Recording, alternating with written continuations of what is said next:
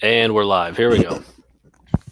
So, how's the house stuff coming? I know we're live right now, but people are jumping in. There's the first couple. It is I don't know. Have you ever gone through like a full renovation, a full renovation? Not a full reno, but I mean, we built the house that we're in right now. So I mean, it was like, it was kind of done when we got here, but it was a lot leading up to that point. So yeah. Well, when you have a husband and a wife that have very different opinions of what looks good and what doesn't look, it's just one of those things where it's marriage, right? It's compromise and trying to find what works best. But damn, man, it is a lot of work. So I hear you. There's a finish line in sight. We got the new appliances in, and we'll be doing flooring soon. So I hear you. To get it over with. All right, let's jump right into the actual meat of the podcast, since we do have some people hopping on right now. Thanks everybody who's in here now, and we'll get into some pretty good stuff. We'll start with our riveting, rousing would you rather question, and this one just kind of random. I don't even know where I saw this at, but I was thinking about it, and I have a very easy answer for this one, and you usually have an easy answer, so I'm curious to where you'll land on this. So anybody who has played football before probably has an opinion on this, but it's pretty simple. Would you rather play a football game in the rain or the snow? The rain, for sure. Rain. Okay. Yeah. Why? Yeah. I played, obviously it was, back in high school. So nothing even close to, at a super competitive level, but high school football. And I remember playing, when it was wintertime out or when it was cold out. And I mean, when you're tackling, when you're hitting, I played wide receiver. So when the ball comes in hot, that it stings your fingers, man. It's just, I don't know. I know I grew up in the North. Maybe I should like it, but if I had to choose, I mean, the rain can be fun. That can be an enjoyable game. I like getting, the idea of getting muddy and sloppy out there and pounding that way. But I don't want any part of the snow and the cold. Sloppy and pounding. You heard it here first from Chris Breiler. I wasn't sure if was that a good analogy? I'm not sure. It's easy for me. It's the opposite, dude. I cannot stand getting like wet and when I'm not supposed to, like talking about going into the pool or on the beach or something like that, like where your goal is to get in the water. I'm all about it. But in a game or in my clothes outside when it's raining, I cannot stand it. I can't stand the way clothes feel when they're on you, when they're wet. I can't stand when my feet get wet inside my shoes. And I know they kind of do when it's snowing out a little bit too. I'm thinking more of like a 25 degrees. There's no slush. There's no water. It's just snow. Yeah. And, if you get to the more extreme where you've got some wetness and it's like 15 degrees out, there's kind of a sweet spot, I think, where playing in the snow, I think, can be kind of fun and enjoyable. You slide around, you dive into a big pile or whatever. But, dude, I cannot stand being soaking wet in my clothes or in my uniform or helmet, shoulder pads, feet, socks, like I said. Can't handle it. Cannot handle any of that. So mine's an easy answer for that one. But, I don't really think either of them are, like, awesome.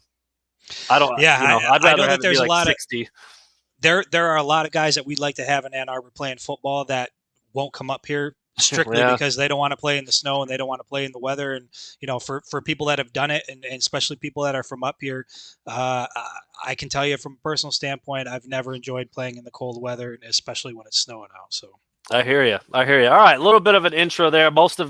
In fact, I think everything today is football, so that's kind of why I was on the football kick. We usually try to sprinkle some basketball in here and there if there is some, or touch on some other things. But we've got a lot. And actually, before I went live here and started recording, Chris was like, "Hey, what about this? What about?" We've got like 20 things we can talk about right now, which is a good thing. But we're going to try to stick to 4 or 5. They're all football related. A couple of them will be longer than others, but we'll get right into it. First things first, an article that you put up earlier today.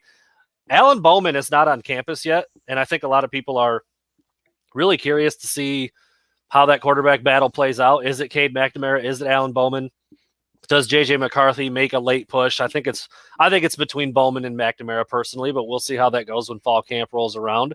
And I was actually surprised to see the numbers that you put up, that he is the second most accurate returning quarterback in the entire country. I guess my question is then, and we both have gone back and forth about this, about what we think of Cade and what we think of Bowman's potential. When you saw that number, because I didn't know that. I didn't know he was going to be in, that high towards the top of the list. What are your expectations for him? And does that number mean anything like special to you to see that completion percentage? Well, yeah. I mean, it means that he, is accurate when he throws the ball, and I think that was one of the big knocks on Joe Milton. Even though people were always reverting back to, what his high school completion percentage was. I mean, high school numbers are what high school numbers are, but it proves that when the guy releases the ball, he can usually get it to the target. And if you look at, the names that he's mentioned in line with, those are some quarterbacks that are expected to be pretty high draft picks. The last I saw on a mock draft board in terms of what quarterbacks are going to be taken in the next draft. So it's, you're not going to be upset about a quarterback that has a high completion percentage. That's always something that you want to see. And I think that when you take, I was shocked to see that. Did not expect to see that. And as soon as I saw the number come out, I'm like, yeah, that's obviously worth an article. But if you combine that with some of his other highlight tapes, in terms of just the way he plays the game or the way that he, commands the huddle, I think that it is going to be a heated battle come this fall. And I think you and I are in agreement. Neither one of us are going to be surprised if Bowman is the guy week one. In fact, and the last time we spoke, I think we expect it to be that, right? We would expect that if we're taking all things equal, that you put Bowman and McNamara on the field together. I think that Bowman's going to take the job.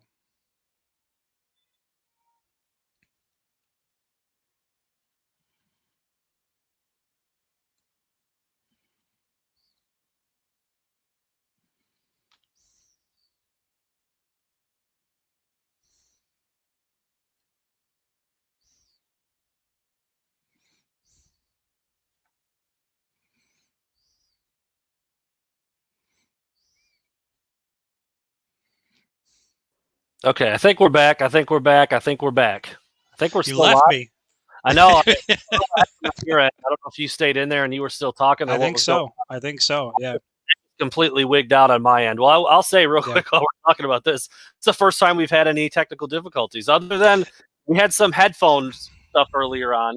But in terms of our and actually getting like booted out, that's the first time. So I'll live with that. I'm sorry for that, everybody.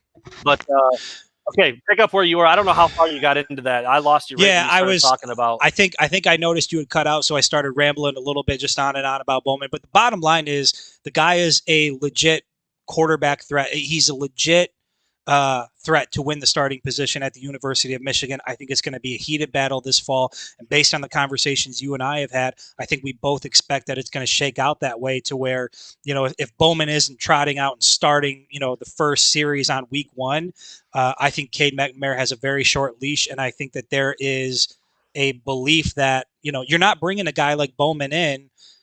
We've talked about it before, just so that he can sit on the bench or so he can hold a clipboard. This guy's coming to Ann Arbor to play football. And if he doesn't start, the opening series, I would expect that before too long he's out there. Yeah, I'm throwing up a couple of comments from some people that are in here right now, so appreciate that. I think Bowman's got. Okay, I was going to ask you, would you put money on Bowman winning the job?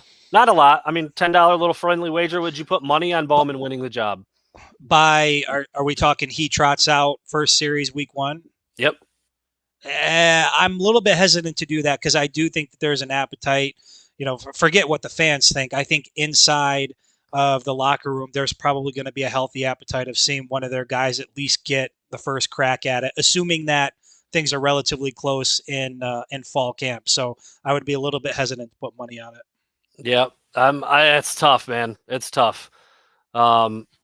Terry from the Facebook page there.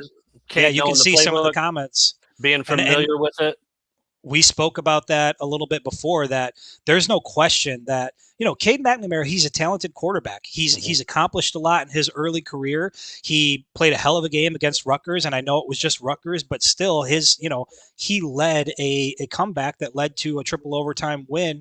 And so based on the talent that he has, based on how long he's been in the program, he's got a tremendous leg up on Bowman. And if Bowman comes in and makes this thing a real battle, I think that speaks a hell of a lot towards just how good Bowman really is. Yeah, one of the first things you're going to hear when you start talking about Alan Bowman potentially being the guy and winning the job is, here we go again, another transfer quarterback. Yeah. I personally don't have a problem with it. I could care less who the guy is. If you recruit somebody and he ends up being pretty good, which I would put Cade in the pretty good category, and then you hit the transfer portal and you bring somebody in who happens to be better, then like that's good for the program. I will say, and we've talked about this a lot as well, the biggest mystery of Jim Harbaugh's tenure is the lack of developing a quarterback that he recruited. I don't understand how it hasn't happened. When he got the job, everybody viewed him as like the quarterback whisperer. I thought whoever was one of the top recruits in the country every year at the position would come to Michigan and be good. And that it's been nothing close to that. So I get that it's a little bit frustrating and maybe strange and, hard to explain, but I personally don't really care who the guy is. I mean, we talked about the playoff picture a couple years ago or last year, a couple years ago. Joe Burrow was a transfer. Justin Fields was a transfer. Jalen Hurts was a transfer. I mean, the best programs in the country are figuring it out and finding ways to get the best guy under center. So if it is Bowman, I don't think it's an issue, but it just kind of speaks more to that strange development that there hasn't been any true Jim Harbaugh recruit at quarterback to take over the job and run with it.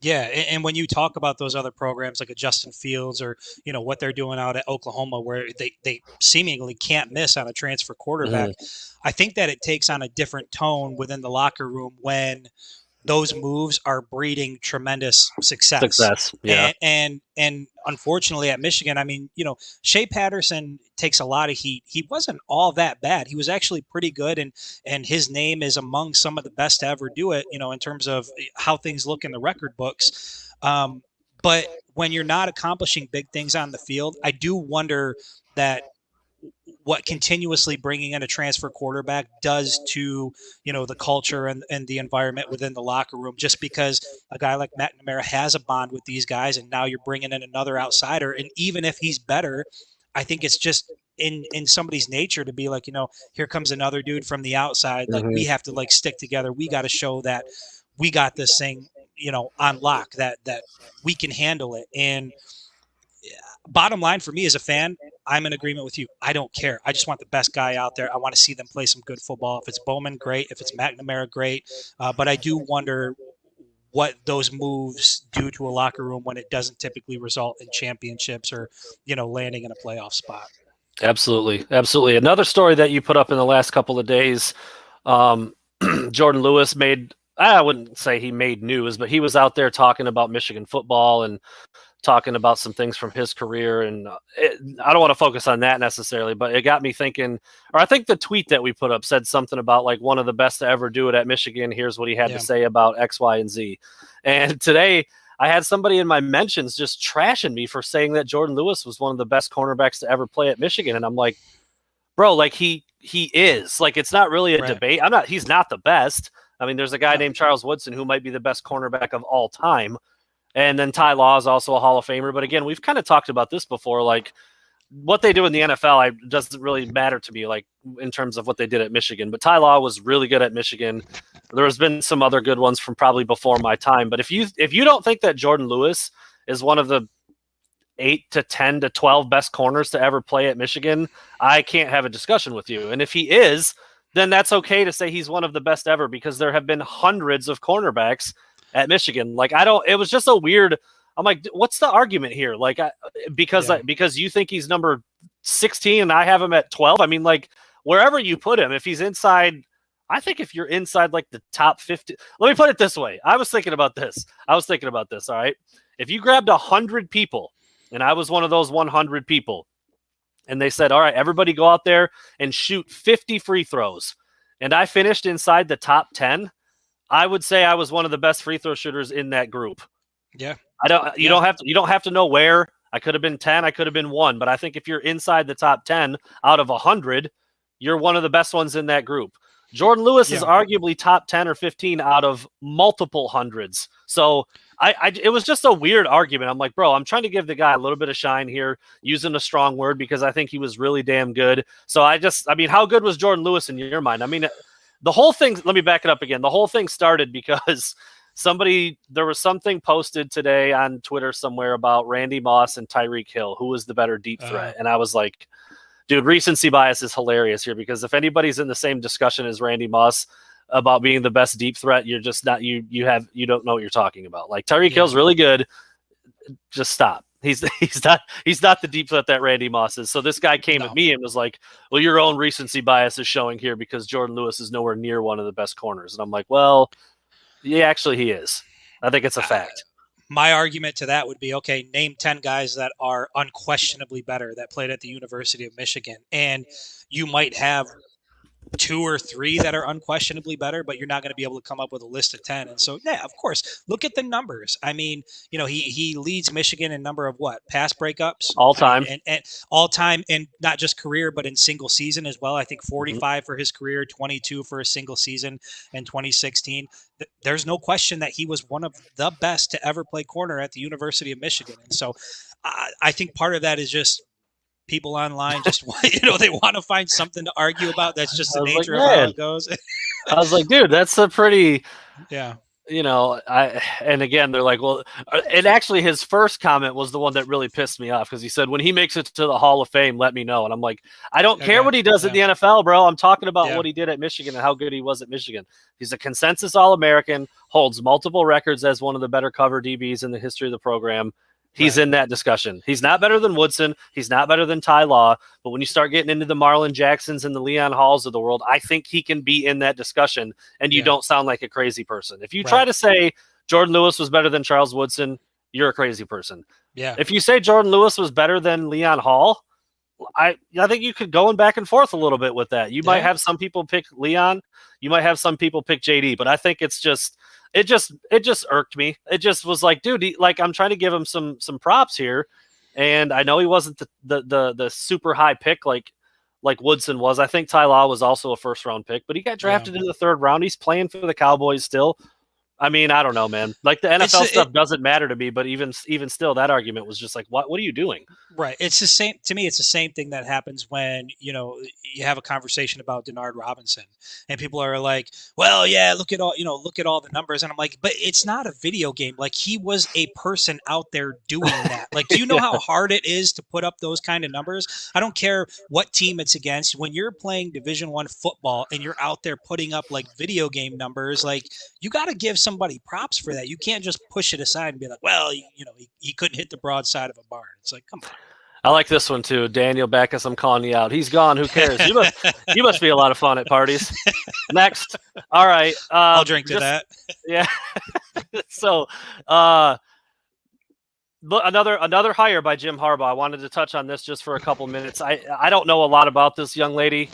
Michigan has hired Christina DeRuiter as director of recruiting and on-campus activities. So in essence, she's going to be in charge of what goes on once recruits get to campus. I don't know, how the responsibilities are going to be divvied up between Courtney Morgan and Ashawn Larkins and now Christina DeRuiter in terms of like, who's staying on top of what? Like, is it going to be a position group thing, or you've got these 3 assistant coaches, I've got these 4, and we make sure that they're calling who they're supposed to be calling and they're doing what they're supposed to be doing. And, we're sending out little, graphics that Aaron Bills makes, and we're sending out information, and we're sending out good luck texts. Like, that's the ins and outs inside the program and inside the recruiting department that I don't know for sure. I mean, when Matt Dudek was there, I would talk to him occasionally about certain things like that, but that's the trade secrets of what they do. They're not going to willingly give away a breakdown of what everybody in that department does. But what I thought was really interesting about this was that, wherever you fall on Matt Dudek, whether you thought he did a good job, a so-so job, or you didn't like him for whatever reason, Michigan recruited quite well while he was running the recruiting department. I mean, we're talking top 10, top 15, even some like a top 8 class. Recruiting has never really been an issue at Michigan. We've talked about that at length. They get good players. After that, we could have a long discussion about it, and we have. What I've found interesting is that since Matt Dudek has been replaced, let go, moved on, whatever, he's now at Mississippi State in a similar role, they've hired 3 people to replace him. Just one guy has now been replaced by 3. And I've heard from a lot of different people, parents of recruits, former players, people who have worked with Matt Dudek at different times, have said first of all, nobody has anything bad to say about the dude ever personally. Like as a guy, great to be around, funny dude, bonds with people, really good personality. I heard some things about efficiency and organization from time to time, and now I'm thinking like, well, damn, like if you've got to hire 3 people to replace him, maybe he did have a plate that was too full. Yeah. I had heard that from a parent before that said, like, we love Dudek, but man, that dude needs some help. Like, Yeah. and to me, it's crazy that a place like Michigan doesn't have a full-time staff of 3, 4, maybe even 5 people to only do all that stuff I was talking about, to keep everything organized, to have your board, to have it move around, to have your coaches plugged in, to gather all the background information, everything that goes into being successful at recruiting should not and cannot be done by one guy. And I think that's been made evident by the hires that they made. Well, it's one of those things where I would say, not being on the inside, from different professions you've been in, and I can attest to this, that sometimes when you're in a certain role, you wear multiple hats. Mm-hmm. And so Dudek may have been, the designated guy to head up recruiting, but there may have been some other people that were sort of trying to help him along the way, but not fully dedicated to it. Right. I think either way, your point is well taken, that, they brought in a few people to do this, and it seems like that's the way to go. I mean, recruiting is such a dynamic thing in today's college football, that just thinking about it personally, to be the one person who's in charge of that and sort of keeping all of that together, I would say your plate would be pretty damn full, and you might need some extra help. So I think it's more good moves. It's things that I'm happy to see, that, it seems like things are trending in the right direction in terms of all the hires that have been made during the off season.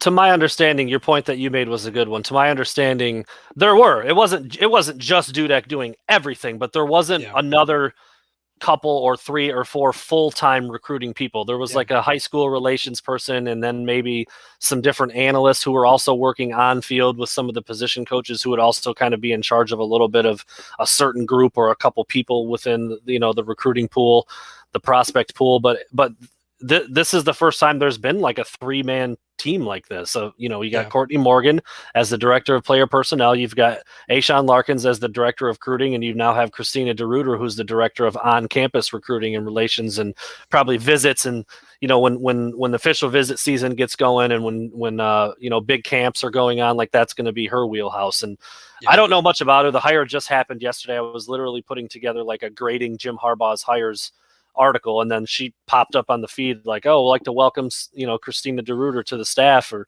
she put out a thank you type of thing. And I was like, all right, well, let me find out what this is all about. Then the release came out, and she's had some pretty good jobs. I mean, she's done the same thing at Texas Tech. Vanderbilt stole her away, and now Michigan stole her away from Vanderbilt. I don't think she ever really did anything at Vandy. I think she was only there for a couple months. And then she was involved with like some Super Bowl stuff and some big NFLPA stuff as an intern. So just kind of browsing over her resume and looking and reading about what she did, it screams organization, it screams process, it screams efficiency. And I think that's some of the things that Matt Dudek could have done better. Now, would he have been better at it if he had 2 or 3 people working directly under him? I think there's no question about it. Yeah. But again, the fact remains, I'm with you. Like it's another positive sign that some of the weaknesses have been addressed. And I think that is important. Every damn time I think Harbaugh's done, or I think, the staff is sort of what it's going to be, it seems like there's another person that comes in. But I mean, this latest hire really speaks to younger, it's more diverse, again, so it's still in line with what seems to have been the goal, as soon as they started to shift things up. And so, like I said, the last time we got together, whether or not it pans out, we'll obviously find out, in the short term, but just in terms of what they're doing and the direction they've chosen to go, I think it's a great move for Michigan. And I give Harbaugh some credit for that. I can't always hate on the guy. I can't always, beat him up. I got to give him some credit when credit's due. And I think he's done a good job with these offseason hires so far. Yeah, I agree, and I'm glad you brought that up, because we've used that kind of that term a couple of times, younger and more diverse. Diverse doesn't always have to be about race. Getting a female on staff certainly makes your staff more diverse. You know, these players that you're trying to land, they've got moms, they've got girlfriends, they've got sisters, and when you have a female who can give her perspective, it just covers your bases a little bit more. I'm not saying only the women of the families of the recruit can deal with her, but it is another area of perspective to add to the formula, and I think it's important. And you see it all across the country. A lot of staffs have at least one or two females on the recruiting staff because of the different ways that they would look at things and the different people that they could connect with on different levels. So I think it's a really good move. And that parlays perfect into our next topic, and it is just giving props to Jim Harbaugh for these moves. I'm with you. Look, I'm critical of the guy, maybe more so than just about anybody in the media market at Michigan. I think last year he should have been fired. I think 2-4 and the way that they lost was completely unacceptable, and we've gone over it 100 times if we've gone over it once. He hasn't won anything of any significance. But when he does something that I think is a really good idea or a smart tactic, a smart approach, I'm going to say that it is. And a lot of these moves, Courtney Morgan, Ashawn Larkins, now Christina DeRuiter in the recruiting department, younger, more diverse across the board. Again, Clinkscale was huge. Yeah, Clinkscale was a big get. Mike Hart seemed like a no-brainer that should maybe happen a little while ago, but I think it's a immediate improvement at the running back spot. It just speaks to him trying hard. Everything. Yeah. I mean, let's do this, let's do that. Now, I've also said this a bunch of times. I think that it's a lot. It's a lot to do all at once. Then you hope it all works out and you hope it all, clicks at the right time, at the right moment. I'm not convinced that it will. I'm still holding my reservations on that a little bit, but I will give credit where it's due to Jim Harbaugh, and that he has clearly identified some things that he didn't think were working very well, either on his own or from the counsel of others.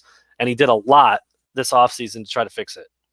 Does this, and I'm just thinking out loud here, but do all of these moves, like, it's so drastic, does it scream desperation to you? Like, does it scream that there is a sense that, holy shit, like, this may come to an end if I don't get this figured out? Like, there is clearly a swell of frustration, and it's no longer whispers. I mean, it's open talk. Like, should he be here? Should he not be here? It seems to me, you can call it desperation, you can call it last-ditch effort, whatever it is. It seems like there is at least a general sense that if we don't get this thing on track quickly, it's going to come to an end, and an end that nobody saw coming. To answer your question bluntly, yes, it does. But I'm okay with it, because the alternative is worse, the not doing anything or the reshuffling the deck chairs like we saw with Mark D'Antonio during his last year or two, where it was the same shitty assistant coaches who weren't getting the job done just with a new role. That's worse, in my opinion. Yeah. So, I've said this before. Usually it's not this. Usually after 6 seasons, you don't get a complete rebuild with the same head coach. It just doesn't go that way very often. And if you haven't had success, if you've had tremendous success, you could see a lot of turnover. Like, things are happening, guys are getting jobs elsewhere, whatever the case I think it's for different reasons, but you're right. There is, it's not like, well, everything we did last year sucked, so let's change it all. I mean, like, if a head coach has had a lot of success, the coaches are leaving for good reasons. Like, oh, my offensive coordinator had the number 1 offense in the country last year. Now he's a head coach somewhere. Like, that's how you'd like to see staff turnover happen. But, yeah, I think it does. I think it does speak to some desperation. I think it is like a Hail Mary last-ditch effort. But like I said, I'm okay with that, because I think sitting on your hands and doing nothing and hoping you can just get it figured out is far worse. Yeah. Like I said, there is certainly the potential for this thing to crash and burn with a bunch of new young guys, several doing a job that they haven't done before. But there's the potential that it could, kind of swirl together in this magic formula, and all this young new energy and new ideas and new way of thinking just catches opponents off guard. And we haven't seen that at Michigan since Jim Harbaugh has been there. I was going to say, and that's the saddest part of this whole thing, is we're not even here having these discussions if it's just one good year, like one breakthrough year, and we're not even here. It's a totally different reality. And it just, you hope it comes together, but then you also wonder, like, is it just too little, too late, that you've shuffled all of these things. And like you've said before, is it too much? Is it too much shuffling? Is it too much change to be successful in a year where you really need to be successful? And we'll have to wait and see. Yeah, there's been more and more rumblings about, is this Jim Harbaugh's last year no matter what? I know you don't think so. I've said that I think it probably is. I've said that for a little while now. I think Paul Feinbaum put something. I know Michigan fans love that dude. Yeah. He's probably listening right now, if I had to guess, just based on how he looks. But but and there's been more discussion about what would it take? If Jim Harbaugh wins 10 games, is that enough? Is there a number? Is it just how it looks? Is it the Ohio State stuff? I mean, is it a bowl? Honestly, I think that's what it is. I think that's where the Michigan fan base is right now. If it is an Ohio State, it doesn't matter if it's like I never used to buy into that when you would hear people say, well, if we only win 2 games, or if we only win 1 game and the 1 game we win is Ohio State, I'll take that. I think we are at a point now where when people say that, they genuinely mean it. And I can kind of see that. Like, it's just been so damn long. It's been so damn painful that if he gets to 10 or 11 wins and can't close the deal that final week in November, it's going to continue to be a stain on him. Then he goes 0-6, the only head coach in Michigan football history to go 0-6. And I just don't know how you keep a guy like that in town if the rivalry still means as much as we've been led to believe it means. Yeah. So no, I'm with you. That's kind of where I'm at with it. If you any combination of that includes, like a 2-3 score loss against Ohio State, in Ann Arbor, with a third of the fans wearing scarlet and gray. I mean, that's going to look pretty bad no matter what the rest of the season looks like. And that's right at the end. And then, you're limping into the postseason again. Bad news bears, man. And the Buckeyes are also trotting out a first-year starter. One way or another, it's going to be a first-year starter. So it's not like they've got Justin Fields coming out there. I get it. They've got talented quarterback recruits, but Michigan is recruiting talented quarterbacks. And so, you don't have that excuse where this guy is like, oh my God, he's going to be a first-round draft pick in a year. You don't really have that right now. Ohio State has reloaded, but there just are no more excuses. Like, Michigan has to show up. It's in their own building. They've got to be competitive. And then when you look at the way things went down last year, it was so bad that people think Michigan tried to use a global pandemic to get out of the embarrassment of having to play them. So if there's not enough motivation on the table already for you to turn the tide and get this thing back on track, and if nothing else, at least look like you belong on the field, we're in a lot of trouble. And I think I don't know. I've been in the position that I think he's coming back no matter what. But as we sort of drift towards the season, like, I'm leaning away from the 9-3 prediction. I'm sort of leaning away that I think he'll be back, no matter what. It's just, you're constantly hearing things and things are changing, and I have no idea what to expect, I guess, is what it all comes down to. I just feel like the more that you talk through it, it's almost like, how can like, how can he be back? Like, really? Yeah. How's he back right now? Like, I mean, that's kind of that's where I've been. That's where I'm at. I know a lot of fans are that way too. Some aren't. There's a lot of people who think Harbaugh's the guy and will still figure it out at year 7 and beyond. I don't know. I haven't seen anything that makes me think that. Finishing up with kind of a talking point about this article that I put out a couple days ago or yesterday. Putting grades on all of these assistant coaches and support staffers that Jim Harbaugh has hired. And this was my article that I wrote. We didn't do like a back and forth on this one like we did on the top 10 players. So I'm going to give my grade, a little bit of a discussion, and then you disagree or agree. And I think we talked about this before. We're close, but not exactly. We're pretty close, yeah.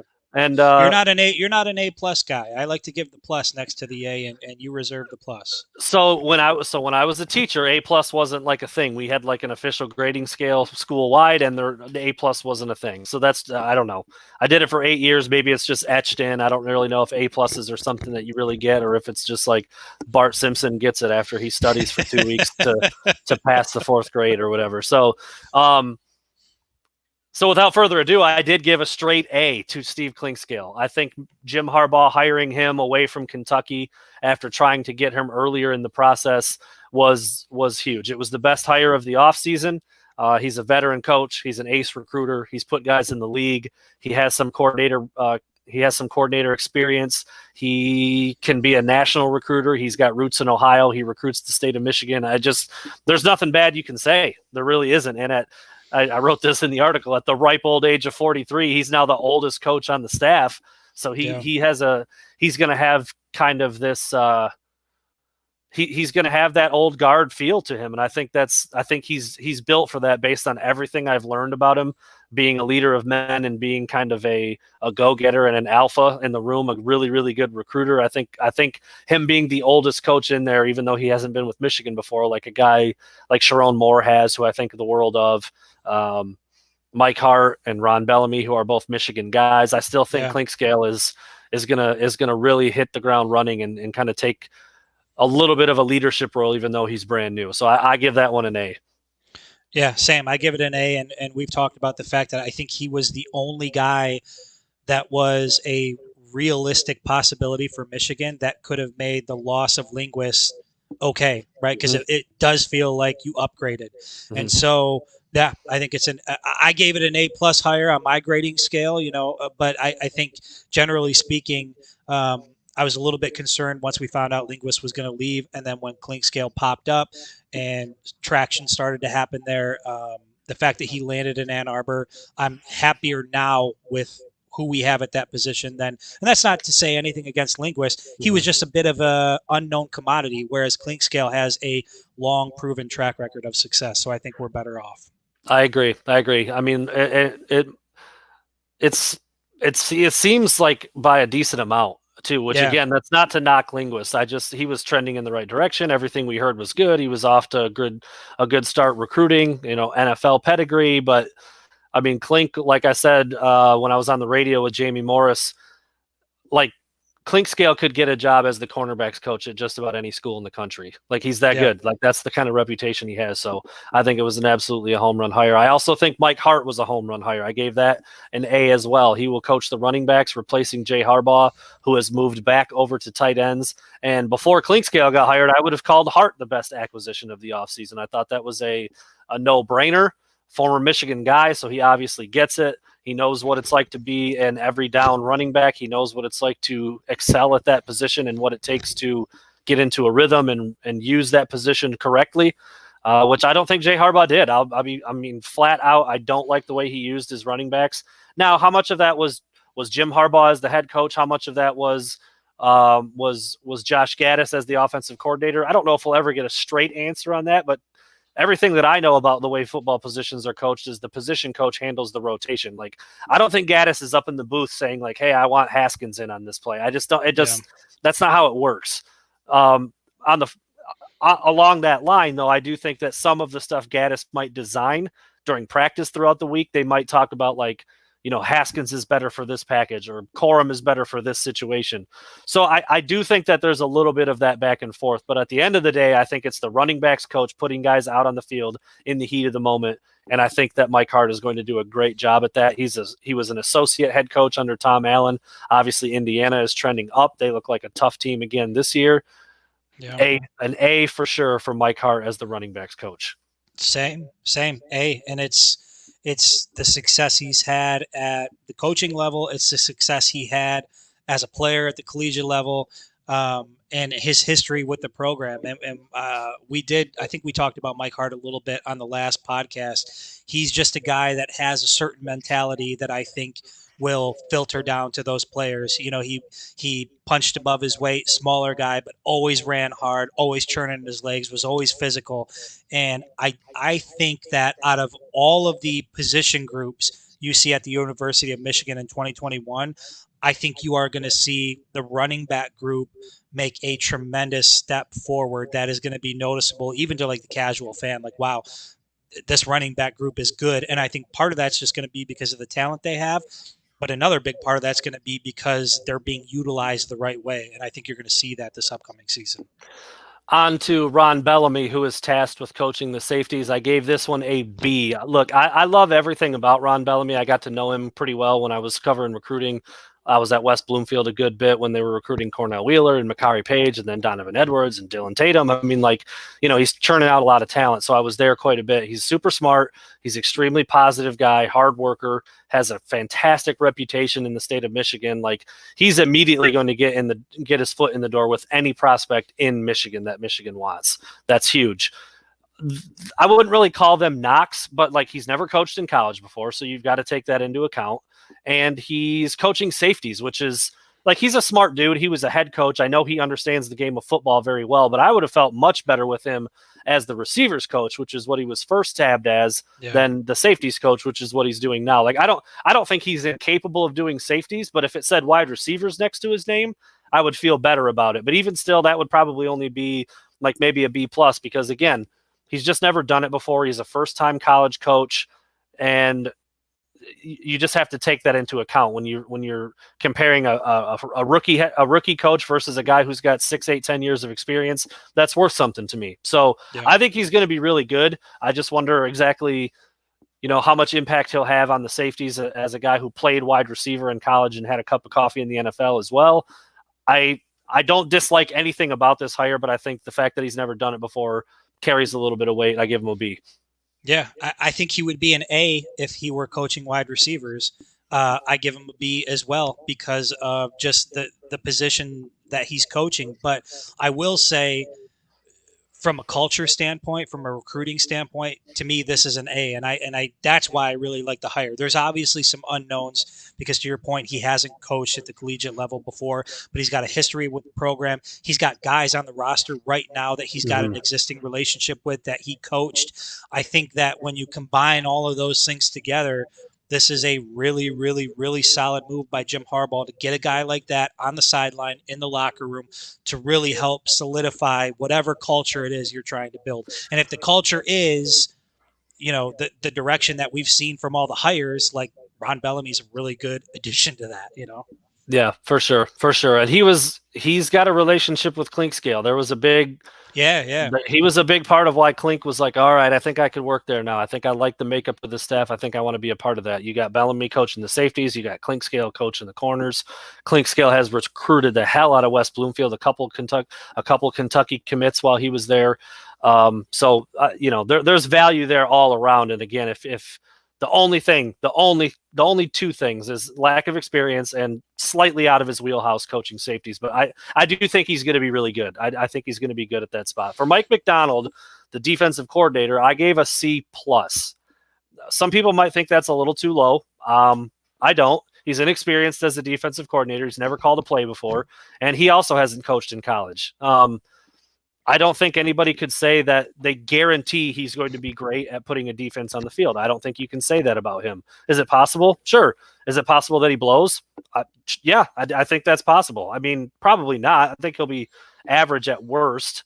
But again, no experience, young guy, has never coached an entire defense before, and is an NFL guy. I mean, that's being an NFL guy is a pro in some ways, but it's also a con in some ways when you're coming to the college game. He's never recruited. He's never, been part of that locker room with that age bracket of people.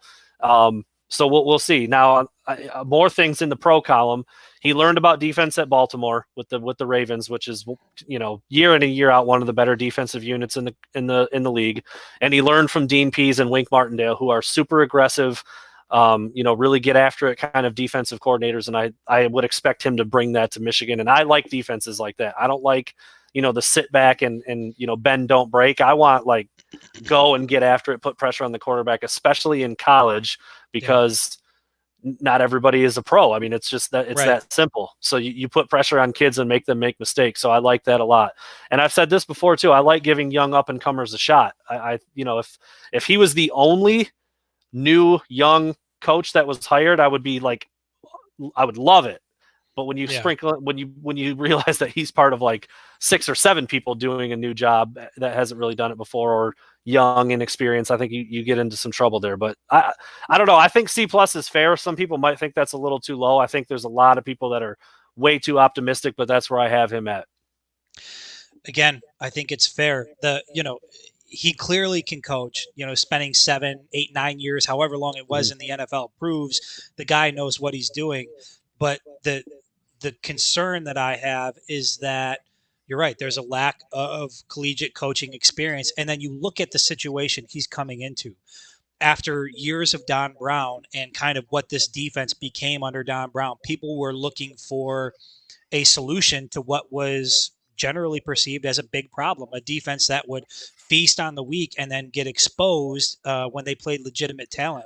And so out of anything that's going to happen on the football field outside of the quarterback position, which is just natural, I think there is going to be a magnifying glass on the defense and how they perform. And people are going to be looking for how has this group gotten better. And, the hope is that whatever defense, he said a lot of what you saw in Baltimore, we're going to see in Ann Arbor, which is great because Baltimore had a great defense and we hope to see it. But there's just so many unknowns with him right now at this point that I think putting him right in the middle of the road, yeah, he's got an NFL pedigree. He's been coaching for a long time. But in terms of what he can do at Michigan and at the collegiate level, there's just too many unknowns there to say, yeah, this is a solid B hire. So I think C is a good spot for him. I mean, you have to think about it this way. Like, in any scenario, if you were completely revamping a defensive system, like, you'd have to look at that as a potentially bad thing. And now you've got a guy doing that who's never done it before. I just think you got to be leery about thinking that he's going to be automatically really good out of the gate. I just don't think that's realistic. Now, he might do some things well, but you have to understand that mistakes are going to come with a guy in this position. It's like it's inevitable. Yeah, and the danger is there is no patience for a struggling defense in 2021. If this defense goes out and struggles and looks lost and confused and is not effective, it doesn't matter that it's his first year in Ann Arbor. For the guy sitting in the stands or for the guy watching on his lazy boy, he's been a fan for 25 years. And, however long he's been a fan, he doesn't care that it's Mike Macdonald's first year. He wants to see a good product on the field. So, no pressure on Mike Macdonald, but the defense better be lights out. So C+ for me for Mike Macdonald. For George Hilo, the linebackers coach, I give it a C. In the first sentence of my article, I just said everything about him is just kind of like, meh. I mean, like, not good, not bad. He's just kind of there. He did this, he did that. Cool, here's a job. Like, I mean, like, I don't mean to say that and say that he's not good at what he does or he's unimportant or I could, fire him today. Like, I don't mean that. I just think like there's nothing that really makes me go up, and there's nothing really that makes me go down about him. So you give him a C. It's right in the middle. He had some good stops. He was a safeties coach at Georgia and Colorado State. He was Maryland special team coordinator and inside linebackers coach last year. He interned at Alabama. So he's worked under coaches like Nick Saban, Jimbo Fisher, Mark Richt. I mean, he's been around some really good coaches and some good programs and has had some success. He doesn't really seem to have this big reputation as a big time recruiter. Like, if you grabbed a random big time kid from, say, like Texas or California, some linebacker that Michigan really wanted to get, and said, "Hey, here's George Hilo," he wouldn't even know who that is. He would have no idea who that is. And like, that's not a knock on him as a guy or as but he just, his name doesn't carry any weight. He hasn't been around very long. He's a young guy. I just don't think there's any need to pump this higher up and say like, oh man, we got a great one.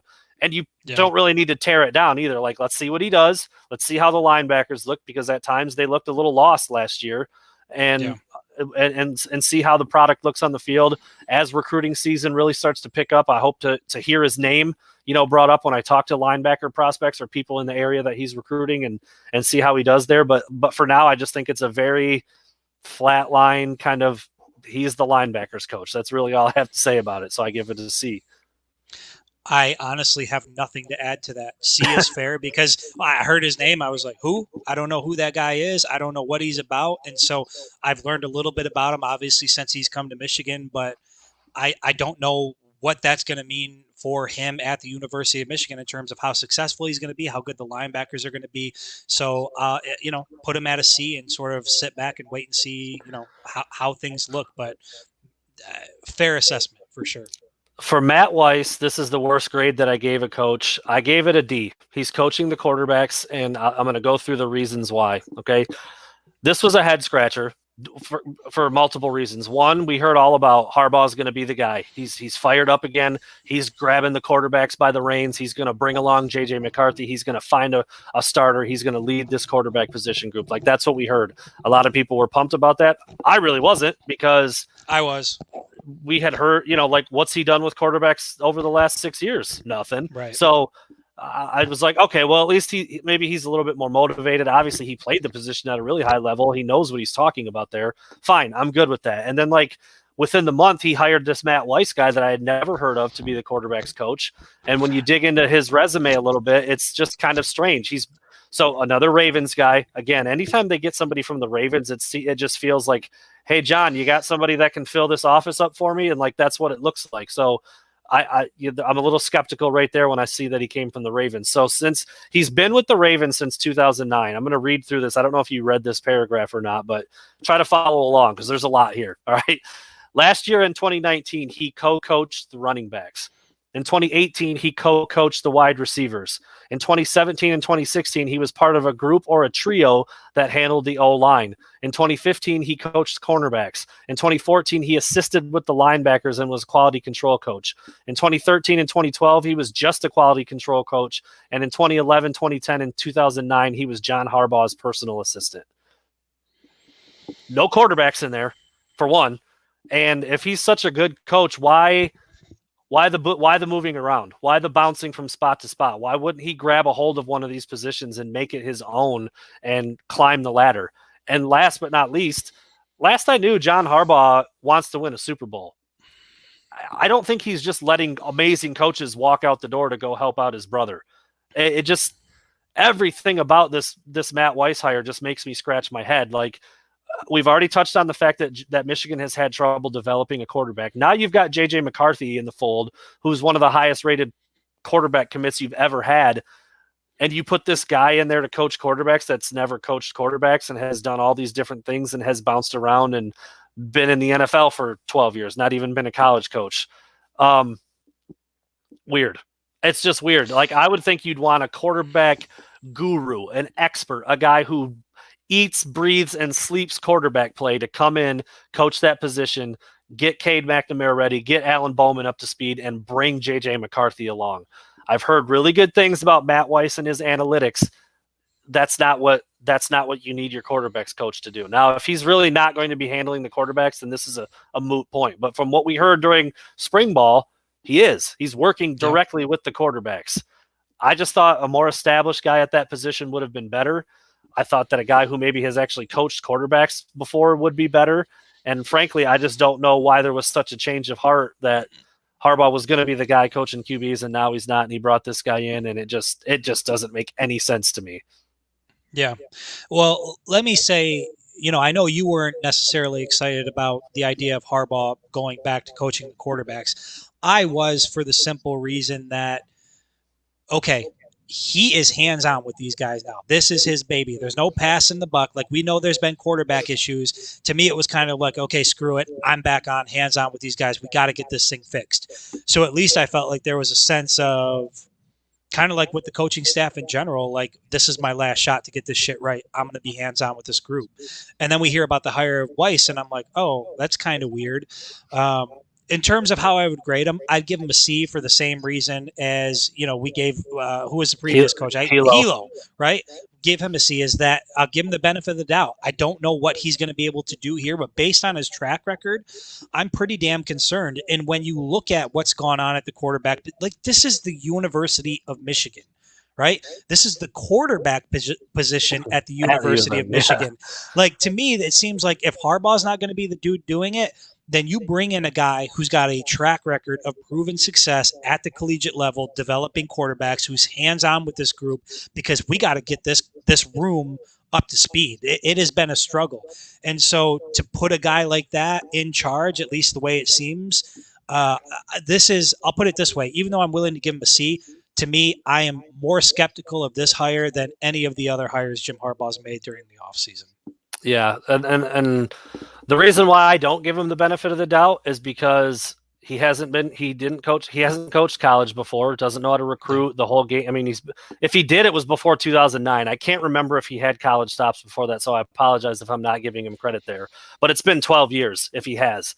Yeah. And he hasn't recruited or been in the college game in 12 years, and he hasn't coached a position before. At least with Hilo, he was a linebackers coach in the Big Ten last year. I mean, to me, that's worth more than what Weiss is bringing to the table as the quarterbacks coach. I don't know. It was really weird how it came about. When I read about him on his resume, I'm like, so he's coached every damn position on the field except for quarterback. That's cool.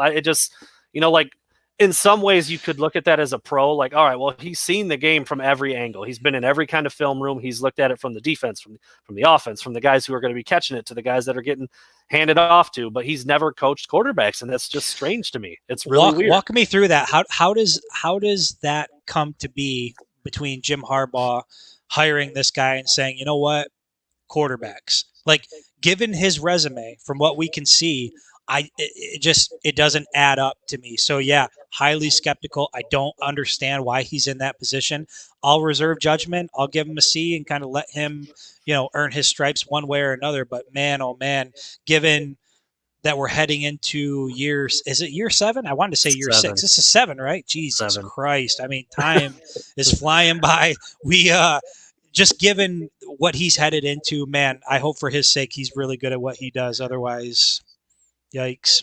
The only thing I can think of is that both John and Jim Harbaugh have an assistant coach bingo card, and they're seeing who can have a coach every position on the team first. Right. And so Jim stole him away from the Ravens so that he could fill out his bingo card. I don't know. I've never seen that. You mentioned on his resume that he's been an assistant to John Harbaugh quite a bit. So maybe it's one of those situations where Jim is still going to take the lead on that, and Weiss is sort of going to be like his right-hand his man. side, his right-hand man. Like, I'm going to take the lead on this, but you're going to do everything I need you to do with this group, and we're going to work together to make this thing work. My hope is that's what it is. If it's sort of like Harbaugh's hands off and you take this group, that makes no sense to me. I could get on board with that. We'll never hear about that being the setup, like that, and that's the thing. We won't know. I mean, you could try to pry, try to find out from some of the quarterbacks in that room. But yeah, I mean, Harbaugh is never going to come out at a press conference and say, like, I'm running the show. He brings me my coffee and prints papers out for me when I need them.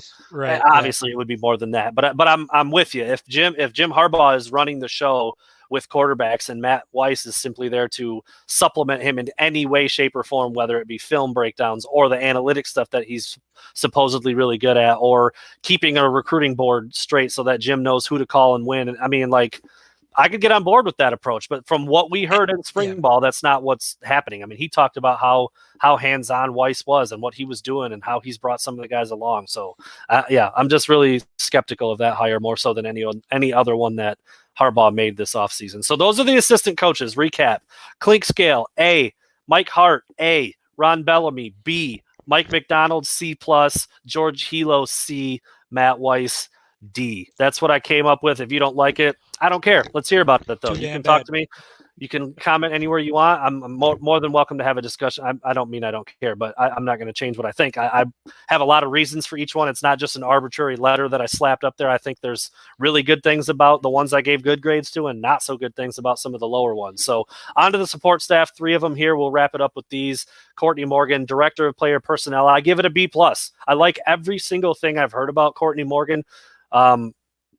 He's a California guy, so he's got a lot of connections out west where Michigan does like to recruit. He had a great couple of years at UCLA under Jim Mora Jr., who I personally talked to about Courtney Morgan, and he could not be more complimentary of him. The one knock is that he was out of football for 7 years. He was not in the college football game for 7 years. However, what he was doing during that time, I think, lends itself very well to all of the name, image, and likeness stuff. Now, I have no idea if he's being asked to do anything with that, but based on the fact that he was networking with professional athletes about their marketing, their brand, their infrastructure, their the relationships they were making, he was doing medical device sales. So he was doing some different things that, frankly, he wouldn't have been able to do as a college coach or a college staffer. It's a little weird that Michigan hires a guy whose last 2 jobs were at Fresno State and San Jose State, and 7 years before that he didn't have a job in this arena. Like, that's weird. I think that's actually I could have probably warranted a lower grade here. But the good things that I've heard about Courtney Morgan are good enough for me to be comfortable with a B+. Yeah, and I think you make a really good point with the name, image, and likeness thing. I think at a university like Michigan, right, where the brand is so big, and we've talked about it before, if Michigan doesn't capitalize on that, if they don't take advantage of that, they are doing a huge disservice to themselves and to their players. And so obviously he's a guy that can help with that. He's got the California ties, he's got the ties with, professional athletes. And so I think all of that is good. But yeah, the big knock on him is he was out of college football for a while, and the game has changed a lot. Recruiting has changed a lot. And hopefully, put it this way, he's a smart guy, clearly, right? I think he can get up to speed, and I think he can be effective. There are some pretty big unknowns there, so I think a B is more than fair. And he was he's a California guy, but he played at Michigan as well. I think I don't love the Michigan man thing. I really don't, but it's not a negative. It's certainly not a negative once you like. I'll say it like this: if you limit who's available for the job to only Michigan people, that's a problem. But if you get somebody good, a la Mike Hart, who happened to play at Michigan, like, I think it's a good thing. So Ron Bellamy, same deal. If you're looking to fill a position, you say we're only going to look at people who went to Michigan. I hate that. But if you get a guy who's good at the job, who happens to be an alum, like, I'm cool with that. And he is. He's a California guy who played at Michigan and obviously is going to bring that to the table as well. Next up is Christina DeRuiter. We talked about her at the beginning of the episode, hired to be the director of on-campus recruiting and operations. I give this a B. These kinds of positions, director of player personnel, director of recruiting, on-campus recruiting, whatever, these kinds of jobs I think are really good for young up-and-comers who have done something similar to that. She was the same position at Texas Tech. She had the job at Vanderbilt only for a short amount of, she was with Texas Tech through the 2020 season. At some point got hired by Vanderbilt and is now hired at Michigan. So she wasn't at Vandy for any of like actual football season, but she was there for a little bit of time. So to me, that means she's interesting. I was just going to say, interestingly, I know that Alan Bowman and her have some sort of connection. They've worked together, whatever. There's some familiarity there. So I think that's kind of a cool little twist on the whole thing. Yeah, for sure. And she's young, she's going to bring a level of thinking to the job that wasn't there before. I touched on it earlier, sounds like super organized just based on kind of what she was in charge of and what kind of projects she had when she was an intern, and then her time at Texas Tech and then Vanderbilt. She's the daughter of a coach. Her dad is the defensive coordinator at Oregon, I believe. She was at Arizona in a recruiting role. She worked with the NFLPA, the Collegiate Bowl, Rookie Premier, Super Bowl. So she's done some pretty big stuff in a matter of 5 or 6 years. So I give it a B. I mean, I can't really knock the hire. I don't know that much about her. I think grading her down would be unfair. I think giving it much higher grade than that would be unfair. I assume she'll be good at what she does, and that's why she got the job. I mean, she's been at 3 different places over the last 3 years. Sometimes that can be a bad thing. Sometimes that can be a good thing. It means, and the reason why I think it's a good thing is because it looks like she's moved up each time. Texas Tech, Vanderbilt, Michigan. I think that's heading in the right direction, and wait and see. I mean, she just got hired yesterday, for crying out loud. I mean, there's not a whole lot you can say yet, but on the surface, on paper, the resume looks pretty good.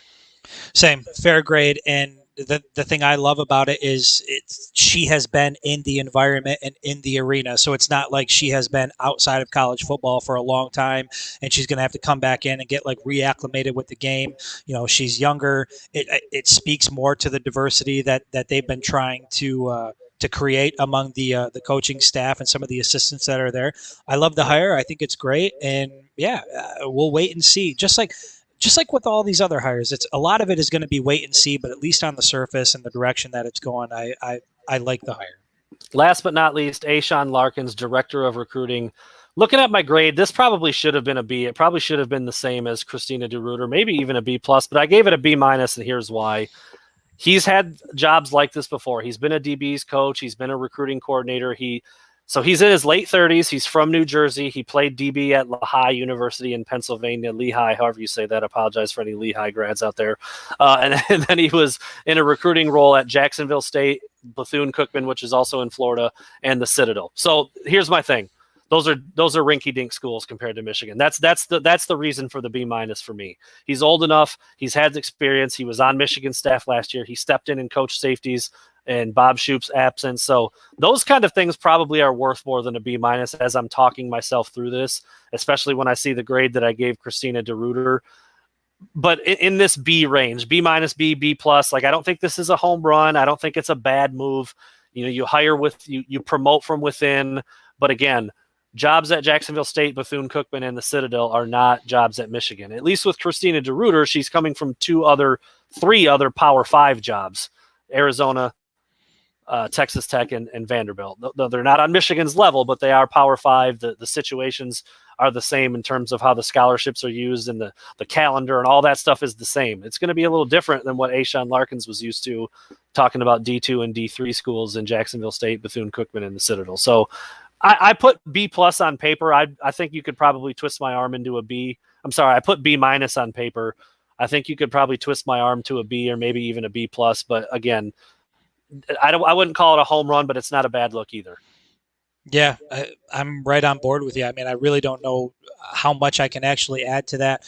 Young guy has been within the program, obviously has earned the ability to get a promotion, and it's another sit back, wait and see. I wouldn't call it a head scratcher, but as you're going through this list, like I'm wondering, like when you look at Jim Harbaugh's assistant coaching staff, it seems like the vast majority of these are like you kind of shrug your shoulders and you scratch your head a little bit. I mean, go through the list, right?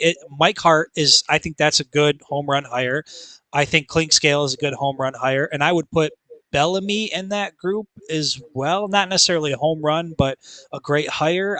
I don't know. The rest of it, I just kind of shrug my shoulders, and I'm not sure. There's out of the whole list that we just went through, there's 2 proven guys. That's it. Yeah. I mean, and that's just a fact. I mean, splitting hairs a little bit with Courtney Morgan. I mean, he's done the job before. He was pretty good at it at UCLA, but again, out of it for a while. And the last 2 jobs he had were really small. Christina DeRuiter, young, has had some good jobs, but I mean, Michigan is going to be on another level. I think when you talk about proven, I think you've got to do that over a course of a handful of years, not just a couple. Yeah.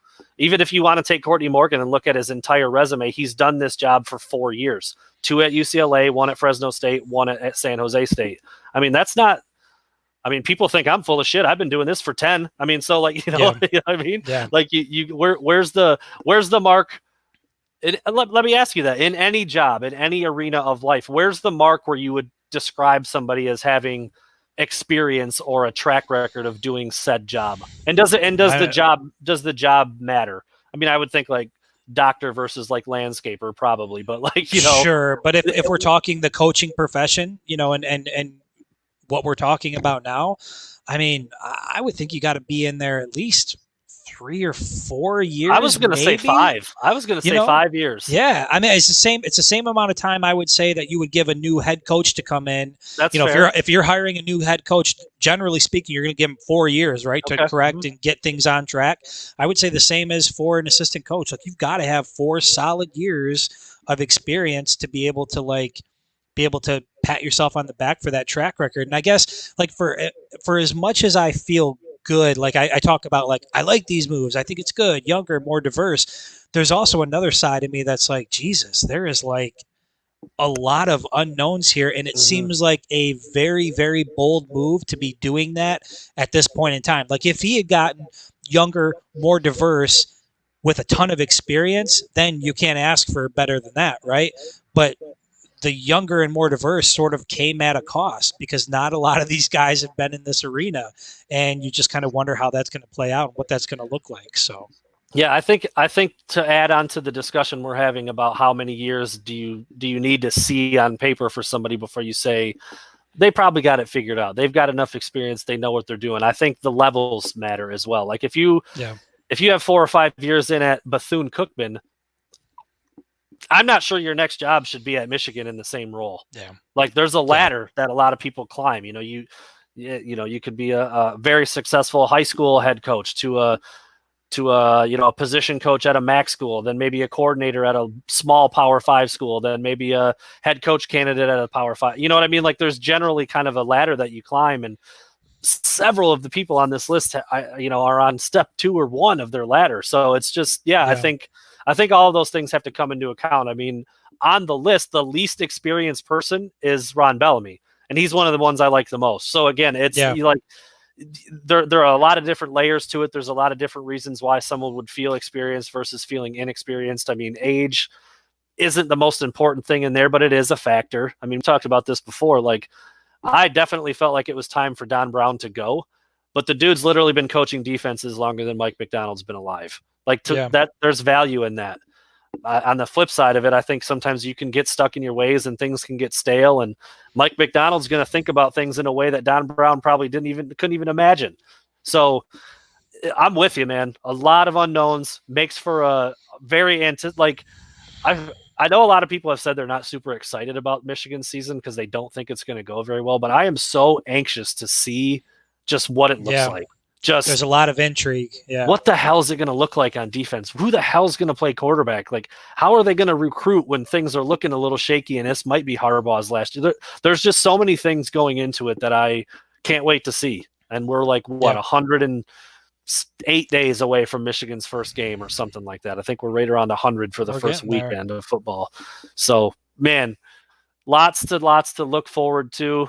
Some things we might, I think it's happened like this before, right? Like, you're so excited for the season and then the game comes and people are like, seriously, this is what we were waiting for.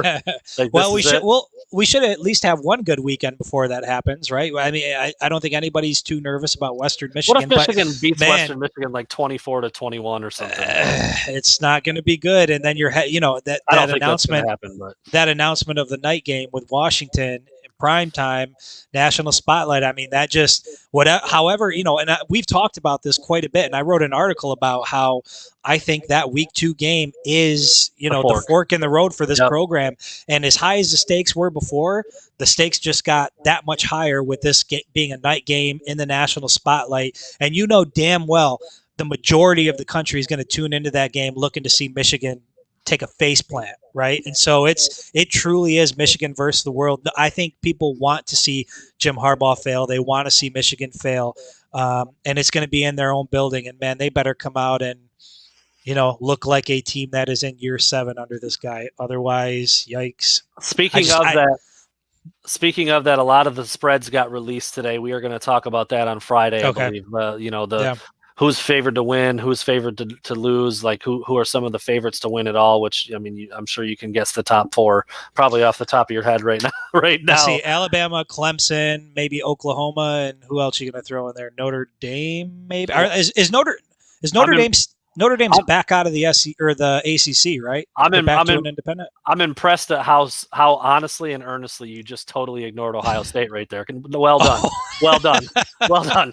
That was a solid job right there. Who are they? That wasn't on purpose either. I could tell that you were really thinking about the best teams, and you were like, "No, I legit. They were not even on my mind." So that's hilarious. All right, take us out, Chris, with the story of the Jacksonville Jaguars helmet behind you, because that's new. It used to be a Michigan helmet.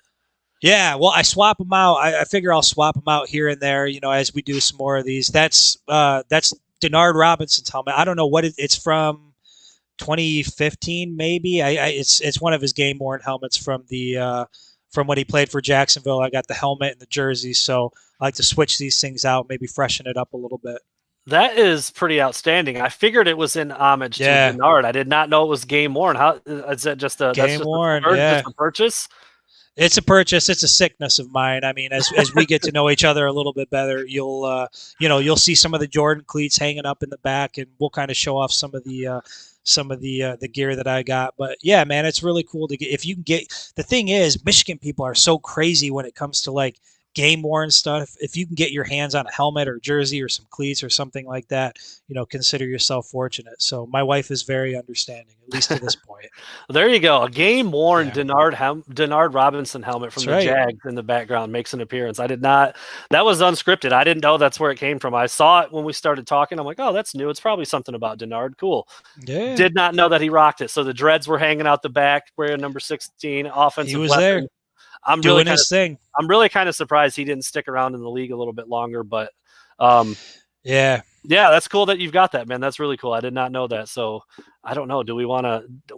You said your wife is understanding. Is that like your wife is understanding now, or she has always been understanding? She's always been. She's always kind of let me do my thing with the Michigan gear. There's not really much else that I'm interested in, you know. So I mean, once or twice a year, I'll throw a lot of money at something Michigan related, just because it's kind of my thing and it's what I'm into. It's, you know, there was a period there where I was going, and I think you're in this right now, actually, where I was buying shoes that I had no intention of ever wearing.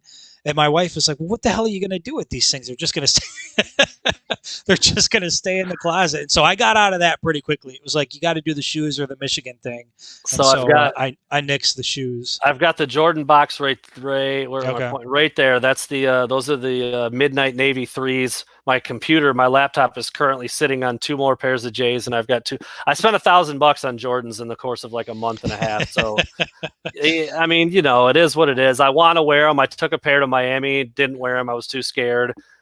I thought maybe keeping them until my son can wear them would be pretty badass. Like, you know, he gets to be, well, I don't know, whatever, 16 or 15 years old and can wear my size, and I can bust out these retro J's that I bought in 2020 and 2021. We'll see. But anyways, there is our episode 19. I think this is episode 19. Wow. Talking about the Jim Harbaugh hires, talking about Jordan Lewis a little bit. If you didn't catch it, you can find this on YouTube. You can find this run back on Twitter. You can find this run back on Facebook. I believe it is also going to be in podcast form as of tomorrow morning. So thanks for listening, everybody. And we will be back again on Friday. Is today Wednesday? Friday. It is Friday. We'll be back on Friday. Thanks, everyone.